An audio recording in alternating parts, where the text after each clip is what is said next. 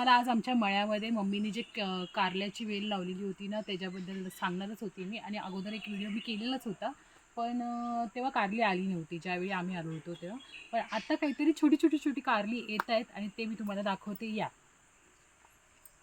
दाखव, हे बघा, हे बऱ्यापैकी आता मोठं झालेलं आहे. आणि ज्या टायमिंगला आम्ही आलो तेव्हा कारली खूप कमी होती, एकदम छोटी होती. आणि आता हे एवढं काढून नेली. हां, ती खूप छोटी होती ॲक्च्युली. आतमध्ये अजून बघा पण येणारी आहेत, काय काय आतमध्ये पण असतील कदाचित. हे घोसाळे, हे ना, ही बाई, हां घोसाळे. हे घोसाळ्याचं लावलेलं आहे तुम्ही. आणि बाकीचं खाली पहिलं असं रुजवायला लागतं. इथून रुजवल्यानंतर ना ही जी वेल आहे ना ही या मंडपामध्ये पूर्ण जाते. हे मंडप बांधावं लागतं असं पाठून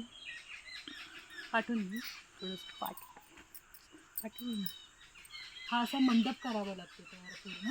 या मंडपामध्येच वरती ही वेल अशी पसरते पूर्ण. आणि पसरल्यानंतर मग छोटी छोटीशी फुलं येतात त्याला. फुलं आल्यानंतर मग ही अशी भाज्या तयार लागतात. जसं हे कारल्याचं लागलं, तसं आता इथे पडवळाचं पण लागेल आणि घोसाळीचं पण लागेल हळूहळू.